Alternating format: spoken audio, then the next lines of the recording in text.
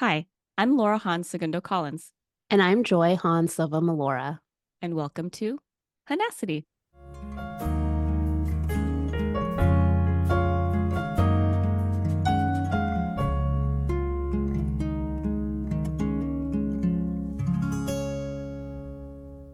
Hi. Hello.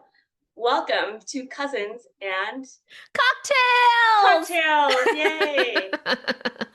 Doing a little switcheroo with Hahnacity, but we came up with this idea because we thought it'd be funny, which seems to be like we could do whatever we want, Yeah, actually.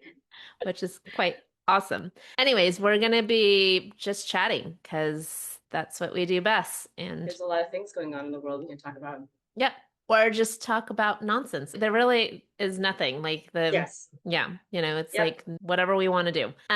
So we're doing cocktails today, and I Yep. got to choose the cocktails. And Yes. being that it's a little earlier on my side, and I'm drinking before I have eaten, so we'll see how well this goes. Oh boy. You didn't have anything to eat this morning? I had a piece of bread to just sort of help soak up some of the Okay. alcohol. And I'm a huge lightweight and This is gonna slightly be great. allergic to alcohol. So this might be just a really fun episode, which is great. It's all part of it, right? But I Right. chose my favorite drink, a Bloody Mary. Great. Yeah. Perfect. So I'll go through the ingredients. Also, Let's maybe actually before we go, I have to have my cocktail shirt on, which Ooh. Nathan and his friend Johnny got when they went to they did the whiskey trail out in Kentucky a couple years nice. ago, and they came back with this shirt that says, "Call me Call me. old fashioned." I was Elijah Craig.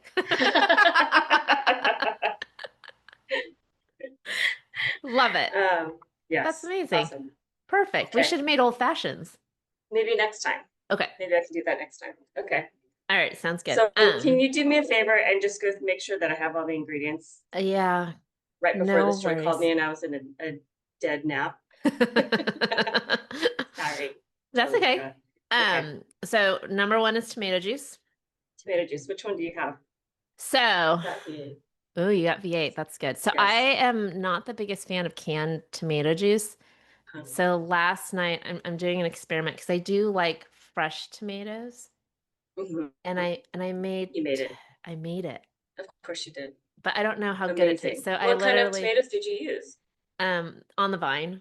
So Nice. tomatoes on the vine. Nice. I got it, and then usually like you boil it, you peel the skin, and I just didn't have time, so I just blended it, and then I put it through a strainer. So I hope it's Ooh. okay, and I just put salt in it because it was not as delicious without the salt. But I tried it. So Fantastic. I don't really actually like tomatoes very much, except when you load it with salt and pepper, which I guess everything tastes good with an overload of salt and pepper. yeah, well, we're But doing that Bloody sounds great. Marys, and that's essentially Yeah, like it's a little salty, a essentially what it little is. yeah. So first is Tomato tomato salt juice. lick. Yep. Okay. And then vodka, but you're gonna do gin because you're not a vodka fan. Yeah, I have the vodka, but we've never opened it. We've had it for like I think you do the gin because you usually do the gin. Oh, I have that gin too, but I'm Great. doing Tito's. You're going Tito's, and I'm Yeah. gonna go Bombay Sapphire today. Great. Awesome. Okay. And then it says dill pickle juice, Okay. but I'm gonna do olive juice because I'm an olive fan, and I'm gonna use this as my garnish too because I have olives. Yeah. And I've got kosher dill Ooh, pickle delicious. juice. That's also I could just drink. Yeah, I love pickles. Yeah, all the pickling and saltiness. And then lemon juice. Lemon juice. I got lemons. Lemon. Yep. Okay. And then Worcestershire sauce. I don't know how to really pronounce it, but I always say it like that because it's same one. Nice. Yep. Cheers. Cheers. And then hot sauce. I got Tabasco. Have Cholula. Cholula's delicious, especially on eggs. It's delicious. That sounds great. And then kosher salt, which I have, but I mixed my kosher salt with a little bit of celery salt. That is an outstanding idea. Right? I don't have that. I just have regular kosher salt. That's a lot of kosher salt for one cocktail. And then some cracked black pepper, which I got. Pepper. I forgot. Horseradish. Ooh, look at you. Because I couldn't find bubbies. Okay, so I was trying to look for already grated horseradish last night when we went to the grocery store.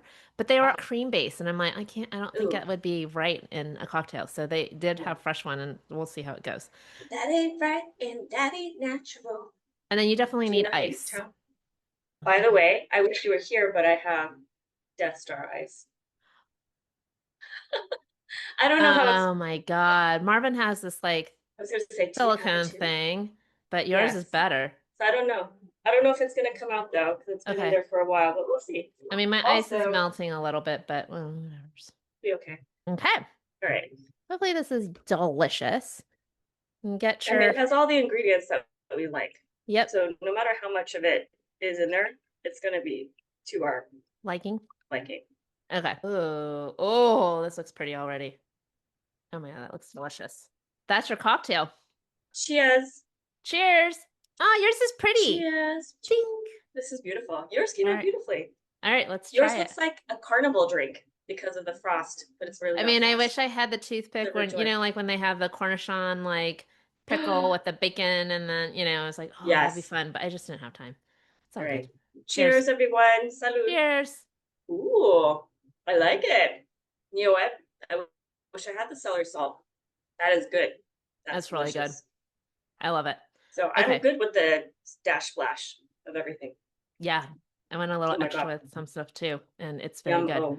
Okay. So let's talk Tahoe and Mm-hmm. share with everybody that we had a really amazing time together just this past July. Mm-hmm. Yeah. Yeah, it was kind of crazy because we've always talked about doing a cousin trip. And I got married this past year, and my husband was like, well, why haven't you guys done it? And I'm like, I don't know. And so he literally just started planning and sent a message to you guys all and researched houses. And he kind of was, No, I said I'm going to be in California. Let's Can we get oh, together? Yeah, it's like anybody up for doing Lake Tahoe. Your husband was like, I got the reins, I'll start organizing, which we need that person because I think we toss around a lot of ideas, but we don't necessarily have the organizer. oh yeah. And he's all about that. That's like his job. Yeah, I So, really appreciated that too. so he did the research and he was like, this is the ending date. This is how much each family owes. And he kind of just went with it. So, Yeah, but big shout out to Jeff too because he found the house. mm-hmm. That was awesome. Yeah, This house is thanks. huge, So and there was Jeff is what? my older brother, and there was six families, me and my husband, you and your family, my younger Yep. brother and his family, John, who's on the podcast, my older brother Jeff and his family, and then it was also our cousin Jen and her fiance, Hey, who we love so congratulations, much, and we Jen and Mike. cannot wait till she gets married, which That's is right. coming up. Yep. And then also our other cousin Mike and their partner Nadia, and it was a blast. We had the most amazing time together, but also it was just so special. We have never had a trip with all of us there. And, it was like our special core, our essentials that were there that day. It was everyone that came to my wedding too. So I felt like there Yeah. was like an extra specialness about it because we were very selective with our guest list. We had to keep it small. So it was just lovely to see everybody again. What I really loved was seeing the kids, how much they love upon each other so much. Yeah, I So, mean, we always talk about how our favorite part of our childhood was spending time with each other. It was really sweet. At the end of the trip, we had this conversation with all of us sitting, and it was like the highs of the trip and things that we wish we did a little bit differently. And you made this comment about your favorite part of growing up was being with your cousins and how when we were younger, we'd be 5 more minutes and all these things of like begging our moms, that yeah, we didn't want to leave, and 5 minutes turned into an hour, and like sometimes it went into sleepovers and totally. but it was super sweet to see your kids and my brother's kids really bond. Yeah. Um, that was pretty special. Highlights of the trip, do you have any? Oh, so many. First of all, what I really loved about the trip too is that everybody could just do whatever they wanted, and there was no stress to have to do everything together all the time, which was really great. So I loved how we would go out, and some people would be like, "No, we're not going to go," and they were like, "Have a great time, enjoy, relax." Um, Also, another shout out to our lovely, beautiful Nadia, who took over the reins of organizing who's cooking what on what days. Because I think that was Yeah, they key did a to great keeping job. us really, really organized. So that made it just easy peasy. Yeah. So my highlights, I went on that hike with Jeff and the girls and your husband. Yeah, that we were in Emerald Bay. We did this Yeah, like I nice chose hike to and it was sleep. just beautiful. Yeah, it was early. It It was was early. early. Fair enough. I was also keeping New York hours because I was still working. So, for me it was just great. I hadn't been to Lake Tahoe since 1999. Mm. And it was heart-wrenching to see the devastation by the fires around. But Emerald Bay is such a soft place in my heart. It's one of those places that I remember being like 14 and going on camping trips with Natalie and Lindsay, my sister and my brother-in-law. We'd hike around the perimeter and things like that. So just a lot of really great memories. Snowboarding like every spring break back in college. Now, if I did that, I think my knees and my hips would be left on the mountain somewhere. I couldn't do that. I'm a big snowshoer. I would do snowshoeing. Anyway, that's getting off track. The hike was really beautiful. Every single kind of meal together, we would just end up in like hanging out and laughter, Mm-hmm. listening. I think a big thing for me was hearing people's joy together. I think you guys were playing poker or Mm-hmm. blackjack, and Mm-hmm. I took that as an opportunity to go lie down, which was Mm-hmm. lovely. But I could hear you all laughing. It was so cute. Um, I really love getting to hear all the bonding and love just being around one another. And your okay, Joy and Marvin hosted a game night, which was outstanding. Which one of them was charades, which I mean, someday we could go down the rabbit hole of sharing the magnificent charade games that we used to play at my house, Thanksgiving at my house growing up. But Mm-hmm. this was a really good one. You did an amazing job. It was like charades Jeopardy style. Yeah. Yeah, it was awesome. And then that ended into tortilla slap, which was that. And then Joy, Joy had to face Marvin and straight up showed her wedding ring Right before he slapped me. right before he slapped her. Yeah. I think that was, I mean, I don't think I've laughed that hard in a while. And my favorite actually duo with the tortilla slap was your kids.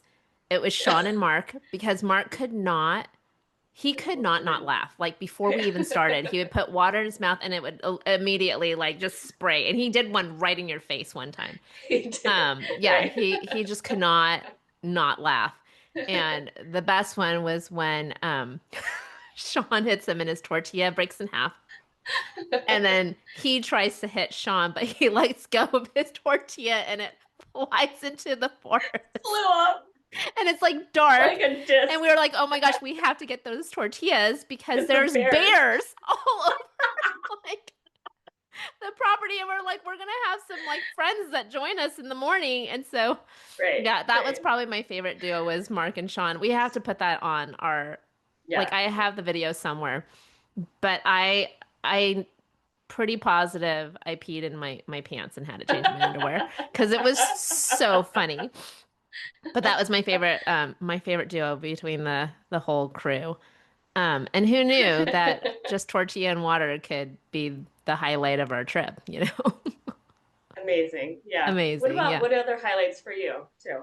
I mean, that was pretty special. I think the dinners were really sweet because usually, like when we meet up, it's a lot of commotion, you know, and we're like doing 20 different things at a time. But I think what I loved is that we all stayed in this huge house. Time was not against us. We had ample time with each Yeah. other from beginning to end. And like you said, there was pockets where you can do your own thing or, you know, join the activity. But dinners were really special because there was just conversations and connection and silliness. And then we ended up, I thought it was really sweet where we're like, we got to do this again. And we were already planning our next trip for next Yeah. year before we even finished the trip. And just, I think for me, it just shows how much we truly love each other. And then I loved the conversation that we had at the end of the trip. And I think that your son, Sean, made us all tear up that night because Yeah. it was just, first off, he raised an incredible kid. He's a rock star. Amazing And person. Yeah. ever since he was a little boy, he just had such a sweet, sensitive soul. Little Shawnee had a big heart and hugged everyone, giggled, smiles. He was just a very happy boy. Still awesome kid. But he sat down and he shared his favorite moments with us. And it was right after that game night. And he's like, man, if I knew this was going to be like this, I would have woken up earlier. I would have helped, like all the things that he could have done better. And I was just like, dude, this kid just is big heart. But I mean, it didn't matter. We were just like, you rocked it. He was like, I just wish I had more time. And he shared this whole thing where you guys are in New York and the majority of us are now on the West Side, and your husband's family's all in Boston, and you guys do feel a little bit on your own out in New York now that our cousin Jen moved away from the city, and he expressed how he doesn't really have those connections with family and that this was really special. We all just started tearing up because it was passing the baton to the next generation, and the things that we love about our childhood, our kids and the next crew is sort of experiencing that too. And my nieces got super emotional when it was the last day. And in the middle of dinner, my oldest niece, Alana, just started crying, and you thought she was choking at one point, and it was Yeah, she had her hand over her mouth and I thought she was choking. It's like, are you choking? Are you choking? Do you need help? And then she just said, I'm just sad. yeah, And then her sister came and sat on her lap and they were both crying. yeah, And then my kids and the little guys all came together and they were just kind of all together. And Sean said something like, man, you're at, this is crazy. Like we're always gonna be, we're always family, yeah. which is really sweet. Doesn't change anything. But they all text each other now. It's very, very sweet. And Yeah. I mean, kind of comical because we have our own separate family text thread. We do a Silva text thread. And mhm. Alana invited Sean to our Silva text. And we're like, I know that you love him, but we're Right. gonna have to we're gonna have to delete him. But none of us can delete him because she added him. So I think she has to delete him. So Oh, we're gonna have to like try to figure it out the next yeah. time we hang out. But we love you, Sean. We're like, I don't know if you Right, want to right. know when He gets Grandpa it. needs to go to his next like colonoscopy or something. Or maybe he does. Or I maybe don't he know. does. Yeah, maybe he does. However he can be helpful to Grandpa's colonoscopy. Touche. Oh, But that's yeah, very I mean, I sweet. think that was my favorite parts of the trip. And Mhm. so, but Yeah, yeah, yeah. I love that you got to go home with Jen and Mike on the plane too. That you all were together. That's awesome. I mean, that was a saving grace because literally so it was this weird thing. We had a bunch of us leaving around the same time. And so we drove up with our cousin Mike, and then they were going to take us back to the airport because I think their flight was a couple hours after us. But Jen and Mike's flight was a little bit before us. And so we were like, why don't you guys sleep in? Don't rush in the morning. We'll just go with Jen and Mike, make your lives easier. And in hindsight, it was like a saving grace because Jen and Mike's, there's two Mikes, so this is going to be confusing. Jen's fiance, Mike, Mhm. their flight got canceled straight up right Mm, when we got into the shuttle after dropping off our rental car. But they had this doctor's appointment that they had to get to, right. and they couldn't reschedule it. And so luckily, Marvin has preferred class on Southwest, so he was able to cut the line and Mm. pull one of those. We were those people. But thankfully, he talked to the woman who is working at the desk and to see if we can change their flights. And there was literally two spots left because all these flights were getting canceled for Jen and Mike Mm. to jump onto our flight. So they ended up leaving earlier than anticipated and then got in time with the ability to have food before they went to their appointment. So it was, Amazing. yeah, yeah. So it was Melora nice to magic. have, yeah. And it was nice to have them on our flight too. And it was bittersweet because we were all sad because everybody was leaving the house and we all sent pictures of us crying to each Yeah. Yeah. other. Mark likes to credit himself because he did the sad face in that, Hmm. the rest of us. Oh, yeah, he started it. We all He kind of kicked it like off. were, yeah. We were sad. We were like sitting at the cafe before, we just needed to caffeinate before we hit the road. And yeah, it was sad. It was very, very sad. Yeah. But you know what? All this, it's sad because we love each other. And not just that, we like each other a lot. Hmm. I feel really, really blessed in our families. These cousins are our best friends. Like, this is not just cousinship and love and blood related. We're Hmm. really lucky that we're all really great friends. And I Yeah. really appreciate you all if we weren't family, we would still be great friends. And Yeah. that's what's so really, really beautiful and magical about this. Yeah, and I think I we're really love you rewriting all. that. I know, I love you. I love them too. I love you all I too. love But it. I think this kind of goes into a nice little segue because in our family, growing up, and I guess I would say our grandparents defecting to the South, but then also coming to the States, it was really a value in our family system to stick together because of survival, right? Like our Yeah, grandparents, before they passed away, they were really big on be with each other, be together, always spend time with each other because it was really their survival mode of leaning on each other and their sense of community. But I think we're taking it to a different notch in how we want family to be looked at in terms of genuine friendship here. It's not yeah, just this you're obligated to be close to each other because you're family, and that doesn't always translate. It's like we love our family, but in terms of like what authentic deep connection looks like, it's different with different people, you know? And as much as right. we love our family, the connection and the vulnerability and the through thick and thin sort of mentality of also things that are difficult and also calling each other out. Like our family do not call each other out. We yell at each Yeah, other and we say what you did wrong to us, but there's not much self-reflection and there's not much deep thinking of how I can improve myself in order for me to be a better friend to you or a better cousin to you.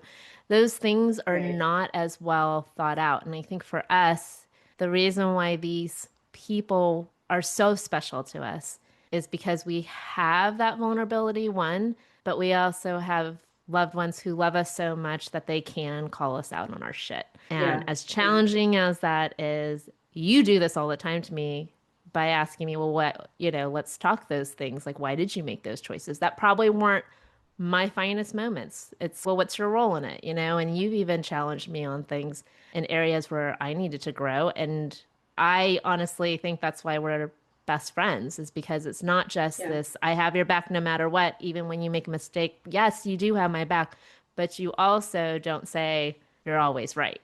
Right, right. And on top of that is acceptance that it is absolutely okay that we are different human beings, that we have different thoughts and different needs and wants. It does not have to look the same. It doesn't have to be remotely looking the same, but we have deep respect and care for each other and we want each other to win. That's what I think is really beautiful about this group of people in particular is like the mindset of abundance. Like there's enough for Mm, everybody here and we have wealth in so many different ways, and we want everyone to win. And I think that makes a big difference versus I think some of our upbringing, which I think was important for survival at the time to be, right. because I think our families coming from their countries to the United States, it was a requirement to hold, when we talk about Hahn, like really hold steadfast to each other. They were having to deal with so much going on around them and the environment at the times. But we are Asian Americans. We have one foot in our family's home countries and we have one foot here and we're creating identity together. I think it's been really powerful, and particularly the last few years because for anyone who's listening right now, it's only been, I would say, the last probably 5-ish years, probably coinciding with all the conversations happening at the time of COVID. But for us to really be able to just be open with each other. And I really enjoy being in my 40s because of that, because I just don't give a fuck if Mm-hmm. I don't have time or we are beyond half of our life at this point. So I know I shared this with you, Joy, is when I turned 45 a couple years ago, I had this like basketball halftime moment where I was like, how did the first half go? What do I need to improve? How do I want the second half to go? And what do I need to get there? And a huge thing was I need to get rid of toxic people, even if they're inside like blood relations. I need to work on that, my boundaries with them and within myself, because I know for me as a person who tends to people please, we're athletes, we're trained to people please, Oh, we're Asian and my American. own and we're Asian American, like couldn't add more layers, and women. And women. There you go. Holy Three crap. snaps there. Yeah. I mean, there's so much to work on, but the more that we kind of let go, there's grief in it because the things that I'd hoped would have happened, even unconsciously, as a young person, hoping that if I behave this way, this is going to transpire. If I make good daughter or kid or whatever, that means people aren't going to fight around me, or like if I act this way, so and so is not going to be mad at me, which is like always the big thing, especially with coaching. But as I'm getting older, I'm like, sometimes you could do everything quote unquote right, and you're still going to piss somebody off. Yep. So I might as well just be myself and figure out, first of all, figure out what that is. Right. Because how much of me being myself is wrapped up in what somebody else's expectations were for me. Right. And now I'm feeling more comfortable in my skin. I'm finally feeling inside my body and recognizing like this is who I am. And I love people and I want to create community around me. I believe in abundance. Those are the kinds of relationships I have around me that aren't about draining, not draining me, not draining others. And it's about a really true supporting each other back and forth reciprocity. Right. So if that's not happening, then we don't have to be inner circle. That's fine. The when we went to Lake Tahoe, that was an inner circle experience, and I think that's what made it so special. It was just an inner circle of a lot of love and equality in that way. Right. And everybody else can be in other sort of rings. I say like the concentric circles. They can just be in outer rings, but I agree.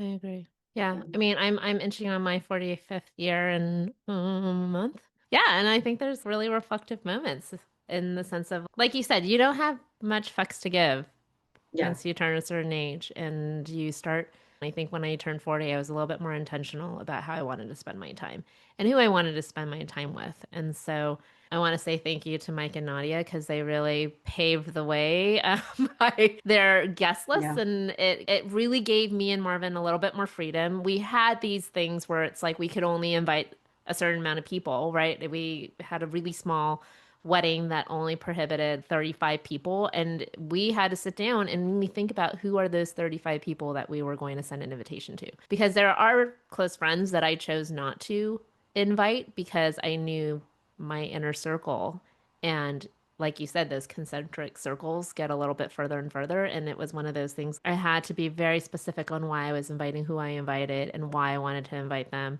And me and Marvin were just very intentional with our list. And we thank Mike and Nadia because their guest list was like that too. And I don't know if I would have had the same acceptance if he didn't do that first. So yeah, thank you guys.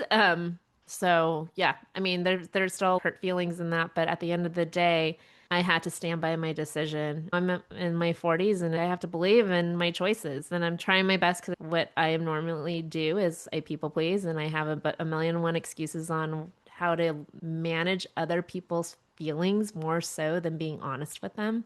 It's more about managing their feelings.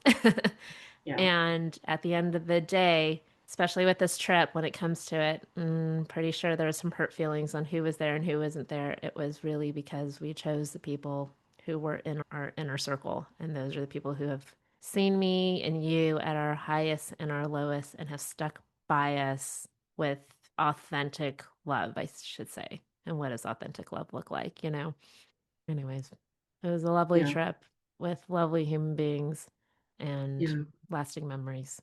So, Yeah, well said.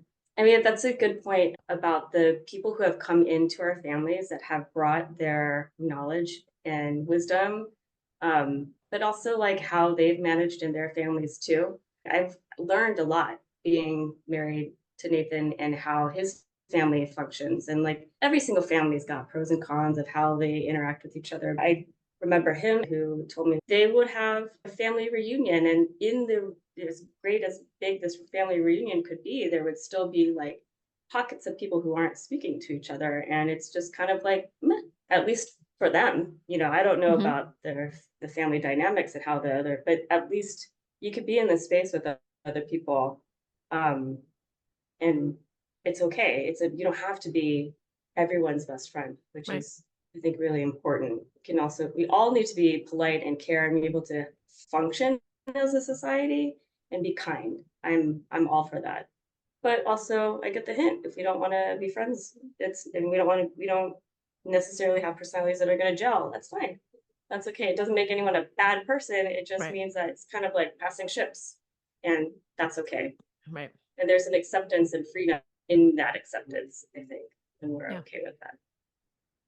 Yeah. I have noticed, and I don't know, tell me what you think, is at least as I've gotten older, because of this process, my circle of friends, I used to have a lot. I mean, not that they're not friends, really acquaintances or friendly people. I'm always gonna be friendly to people, but my group of friends have become much smaller over the years. But the quality is so like incredible. It's through the roof.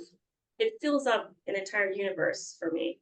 And I think about years ago when I wasn't in this space that I'm in now, and I would, spend all this time with the kids, and then I'd be working. I didn't realize back then just how introverted I was, and I really, very, very, very much was. So when we had kids, and most of our friends didn't have kids, and I could not relate to them anymore in the same way we could before I had kids. Like, you can't just go out for happy hour at 7:30 at night. You know, I can hang out with you at 12, with like 7:30 is a bit harder. And just those dynamics shifted so much and caused kind of like an uprooting of friendships at the time and then resettling. But at that time, no matter how well that private practice was going, at some point I was actually feeling very, very alone. There's so many things that go into those moments, but Yeah. that was kind of the reason why I went back to clinic work at the time. But now that I'm back in private practice, I'm actually absolutely loving it because I have these like really loving established friendships and family ships around that I know that loneliness is not there anymore. Even though everybody is like scattered all over the United States. It's just a really different feel. It's an interesting thing to think about where I was at, say, 34 versus 40 on the cusp of 48. It's Right. like there's really interesting spaces of life. Yeah, I mean, I would agree with that too. I think my circles are a lot smaller, but more intentional. I mean, I also think I know myself a lot better now than I did 5 years ago, like even last year. I think my husband brought a lot of things out of me to understand who I am. So even those friendships that were meaningful and at the age of 35, 33, whatever, I still have those friendships, but because you've tweaked who you are and you kind of understand who you are more so, the things that you tolerated at 33 and 34. And now you're like, oh, I actually was not okay with it back then. I just didn't know that. And so now I know I can't foster those relationships in the same way that I used to, or I just can't have the same patience that I did back then because I have more self-awareness of what I can handle and I have to set my boundaries. A lot of it is like I had to work on myself. That's not anybody's responsibility but Yeah. myself. And so, I'm not blaming any of those relationships. At that time, I didn't have the ability to know how to be kind to myself, one, but also a better friend to them. If I'm just appeasing, that's not really being a great friend either. So that's my role in it. But yeah, I think it's work. At the end of the day, it's work. And so I'm gonna attach myself to people that I've known done their own work because I can't be the work for them, nor could they be the work for me. And those are the relationships that are gonna stick from now forward, is that I know that there's been self-work. It's really, really hard for me personally to be in a relationship when somebody hasn't done their work. So that's just where I'm at It's really 40, powerful. I can't almost do that 45. work for them, and they can't do that work for me. Hmm. That's like And some it's not powerful truth. fair. It's not fair on either side at the end of the day. It's not fair to hold any of that for anyone. So that's where I'm at in my stage of life. And I'm sure 5 years from now, I'm going to have a new evolutionary thought that I didn't have at 45. And that's really exciting Yeah. as well. So, Yeah. but Where are you now? Like, and when you think of where you're at now, where do you hope to be? Like, what are you working on in yourself right now? Where do you hope to be in like another year or 3 years or 5 years or whatever? I mean, I'm still working progress. This week, I mean, I'm going to be really vulnerable here because this week was a really hard week for me at work. We had a lot of shifts that was happening in our program, some turnover. One of a beloved coach quit and gave us really short notice. And there's just a lot of fires that I had to put out this week. And my boss called me and she was like, "Why are you so tired? Or why are you sound stressed? What's going on?" And I think she meant it really. I don't think she meant it like, why is this so hard for you? I think she was genuinely checking in and didn't realize how much was on my plate. And my go-to is, I'm okay.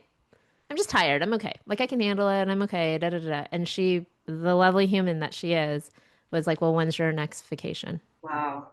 When's your next time Wow. off?" That's a great boss. I never had that. That is a freaking great And boss ever right in my there. life have I ever had a boss that said, "When do you need time off?" Because Makes at the end of the day, it's about your health and how you can survive in this. And what do you need from me in order for you to do this effectively? And so I gave her a few things that I needed from her. And she's like, "Okay, the next parent meeting, I'll be there with you." And it was so different, incredibly different. It was very different from where I was at my last job or any job that I've ever had, you know? So I think my go-to is a good worker is to keep going and be a hard worker and be noticed for that, you know, that I'm a yes man, you know? And then I had two coworkers who are my co-head coaches. I did a little quick check-in on them mentally and they both asked, "How are you doing?" And one of the coaches was like, "Listen, we don't want to lose you because you're burning out. So if you need me to step in, I'll take that." And another coach said, "If you need me to come into the meetings, I will." I had another coach that sat in with me with two parent meetings.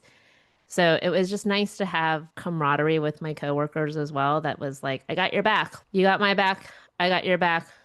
One of my coworkers needed the day off. I'm like, you held my hand on this day. I got you on Friday. Don't come in. Enjoy your time with your brother. He came to travel to see you. Don't think about the gym.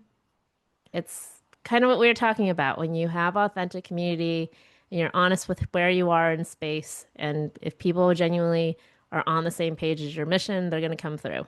And Yeah, so my coworkers came through this week, you know, so all of them. awesome. And it started at the top, you know, and so what does it look like to lead? Because that translates. What does it look like to lead? Yes, definitely. And it's not just from your boss leadership, but you as leaders in your community, in your space, in the gym, leaders for one another, leaders and the modeling that you're doing for the athletes and the families that are coming to you. You are providing this care and support for each other, and therefore giving yourself permission to take it. Right. Everyone's going to be healthier. And then you literally model that to anybody around you that's coming to you for your expertise and your wisdom and your knowledge. Everybody wins. I Yeah. mean, that's just like a completely winning, to me, that's an incredibly winning program Well, and then already. you want to go to work. At the end Mm-hmm. of the day, when you That's feel right. valuable, Yeah. work is way less draining. Yeah. Like, yes, work was really hard this week. And yes, I felt drained with the emotional roller coaster that we went on, but I didn't feel defeated in it because I knew I had my back covered. And so Yeah. I genuinely love the people that I work with. I love the community that I'm a part of, and it's really strange saying that because I left the sport of gymnastics 20 years ago because I Yeah. didn't think I could be a part of that. And you know, it's actually been a really healing experience, which you called it from the time that I said I think I'm going to go back to coaching. And you're like, "I think this might be really good for you." And I was like, "Oh, I feel like I want to Yeah. vomit." But you were right. It's been a very healing experience. It's been very humbling in a lot of ways. But yeah, it's been sweet. It's been sweet to be in community with the people that I've been in community with and who I chosen to be in community with. Mm-hmm. So So I not just think in our family, not just in your friendships, but in your in work my relationships yep, as well.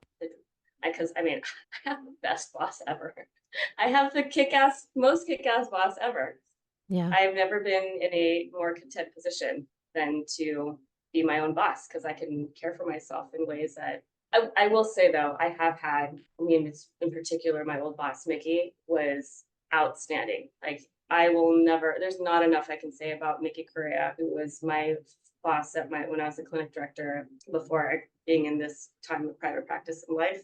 He was outstanding. And we are still very, very close friends with the assistant clinic director. We're still um, in a kind of our own little group together. And that is another just, I mean, big hard part of my community as well. But his leadership and the way he was is the way that I continue to carry myself for myself, being the boss to myself right now. Like it's kind of like, what would Nikki say? WWMS, those bracelets, like, mm-hmm, if I get stuck, I think about certain people who are really important to me as far as work goes. I mean, as far as anything goes, but just remembering things, he would say things like, remember that you're a mother. And actually, when I was going through the interview process, he told me as in his last weeks as he was leaving our last job, he said, the thing that really drew me to Laura was that during the interview process, I shared with him that I will, between 9 to 5, I'll give you 3,000% for sure, 10,000%.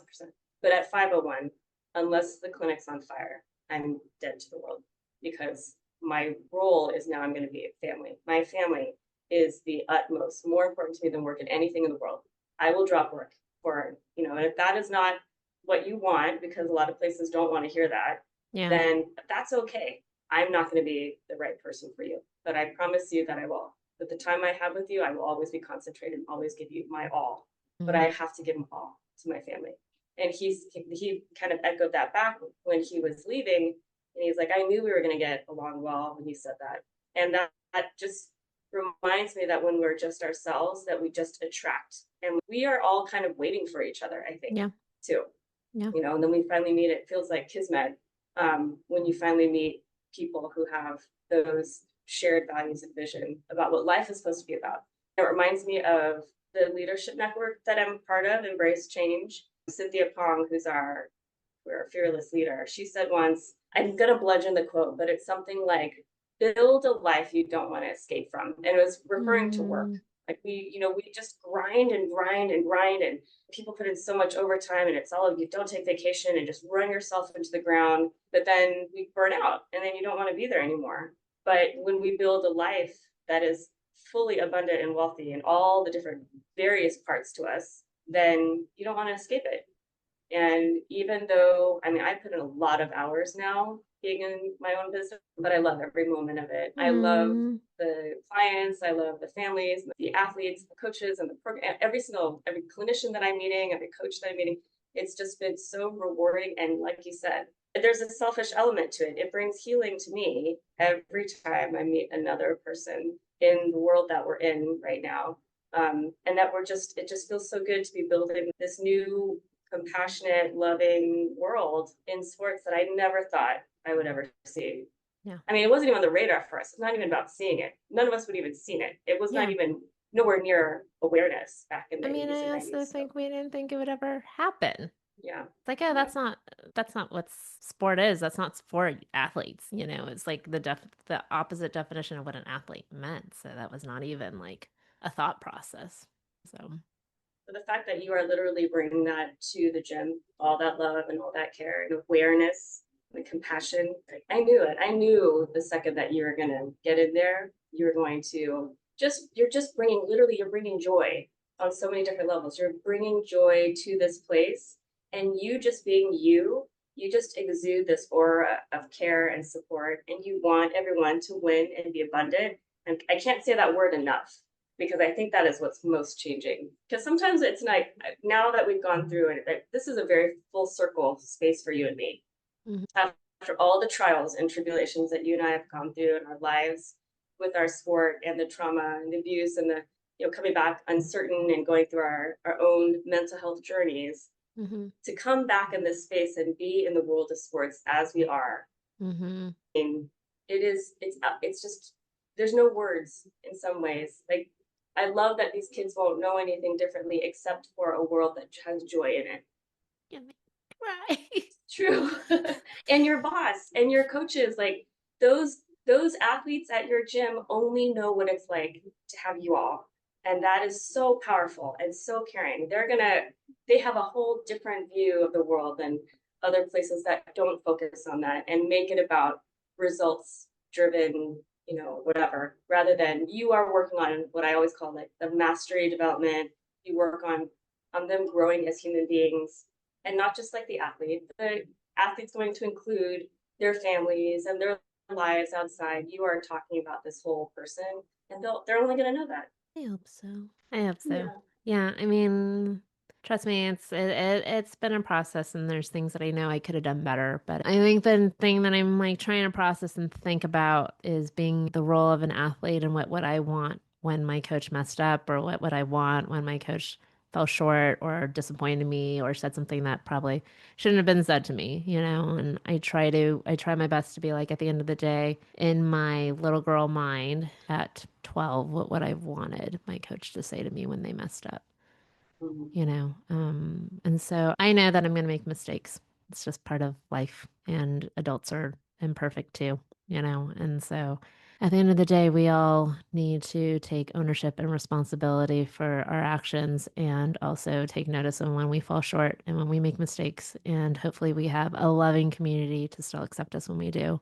And I can't control that because I will make mistakes and not everybody's going to like my apology or maybe sometimes I don't even apologize. There's going to be days that I will be stubborn and think that I'm right and can't see the other side. But at the end of the day, I can only control, and this is the theme, can only control what's going on with me and do the work that I need to do for myself. And who chooses to accept me and who chooses not to is not my control. And that's okay. And I have to be okay with that. And that's really hard. Yeah. Yeah. I Are we finished my okay? drink. Where's your drink? I'm almost done. Oh wow, this is good. Now I just want to finish all the salt. Oh, I put too much. I just think I went It a does little look like a frosted overboard. glass. It looks like a Christmas on the beach. Yeah, Yeah. Christmas on the beach. That's what it is. It's very delicious. How was yours? Mine With was olive so juice. good. I'm gonna try olive juice next time. It was What kind of olives do you just the regular green ones? uh-huh. I was Mhm. gonna get the ones with the pimento like pit or whatever, the red ones, but I don't like those as much as green olives. So I got the green olives. I like is it called Caceres olive? I don't know. I trust you. It's like a Spanish olive, I think. Well, that's our episode for Cousin Cocktails. We finished our cocktails. Our conversation right. is done. This year, we're doing cocktails. Next season, we might do another thing. But you guys all Cousins. enjoy your day. All right, everyone. We'll see you soon. All right. I love you. I love you more.